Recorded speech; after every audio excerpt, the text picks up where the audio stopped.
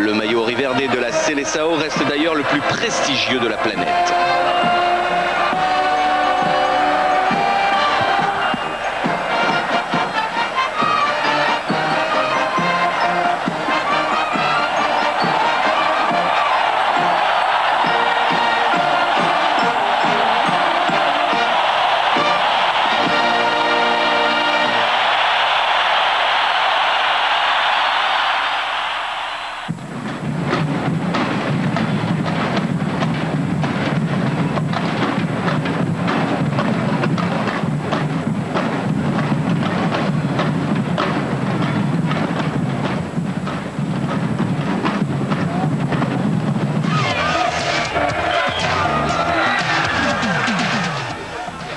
Le Brésil qui avait vraiment bien préparé sa Coupe du Monde avec une belle victoire 4-0 sur le Mexique en match amical.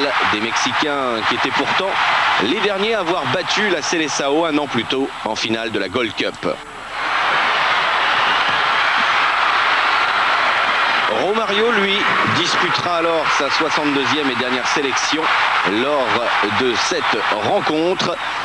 Il en a profité pour signer un fabuleux doublé. La joie avant les larmes pour cet attaquant qui regrettera énormément sa non-sélection pour le mondial pour cause de blessure, non retenue par Zagallo. Il en avait alors pleuré.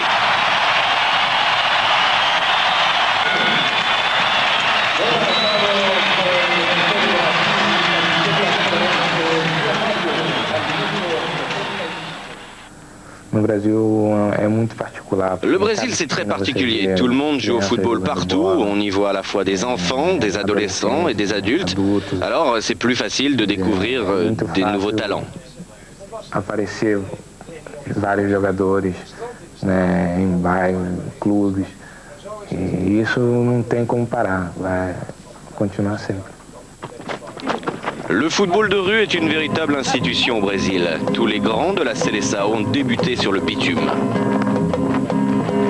Le Brésil ne connaît cependant pas toujours la victoire. Les larmes des supporters brésiliens restent également de grands moments d'émotion dans l'histoire des Coupes du Monde.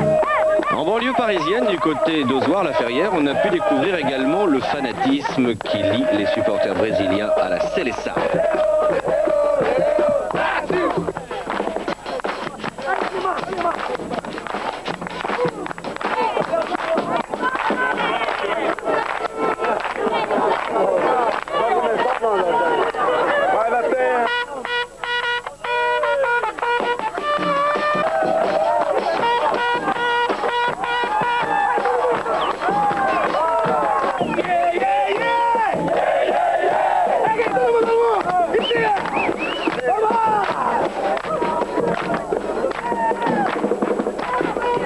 Ronaldo et les autres ont été exposés constamment au regard de leurs supporters.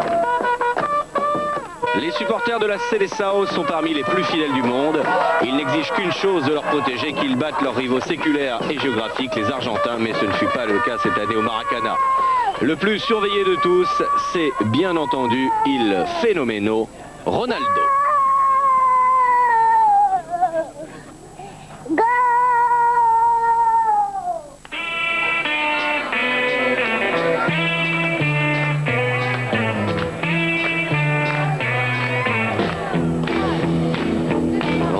Qui embrase les foules après Eindhoven et Barcelone. Ronaldo fait lever les supporters de l'Inter de Milan. Ronaldo est certes accueilli et assailli par les supporters. La chose la plus importante, c'est que mon équipe marque et passe être l'homme le plus important du monde. C'était le premier but de la Coupe du Monde. Pendant 5 ou 10 secondes, vous oubliez tout et cela commence à bouillir. César Sampaio, premier buteur de la Coupe du Monde, réussira ensuite un doublé contre le Chili en 8e de finale. Mon premier objectif, ce n'est pas de marquer des buts. Ma tâche et ma position sont plus défensives, mais je joue un rôle sur les coups de pied arrêtés. Et si ça peut aider l'équipe, alors c'est parfait.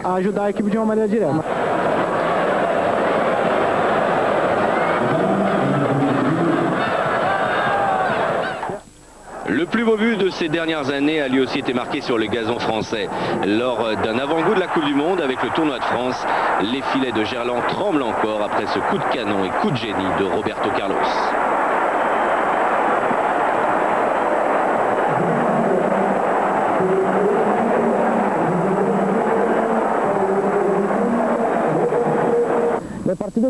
Dans ce match que nous avons joué contre la France, j'ai marqué sur coup franc. En fait, j'ai vu un drapeau brésilien derrière le but. Alors, j'ai décidé de prendre ce repère. Et puis j'ai tiré et alors j'ai vu que le ballon partait vers le drapeau et revenait très vite vers le but. Je ne voulais pas faire ça en fait. En réalité, je ne voulais pas que la balle parte si haut. La balle est montée trop haut avant de redescendre très rapidement. Je voulais une trajectoire rectiligne. Mais comme Barthez avait placé son mur à gauche, cela me laissait de l'espace, mais c'était quand même très loin. Quand j'ai tiré, la balle est passée tout près de Marcel Desailly avant de s'enrouler et de revenir sur le but. Je ne sais vraiment pas comment j'ai pu réaliser ça.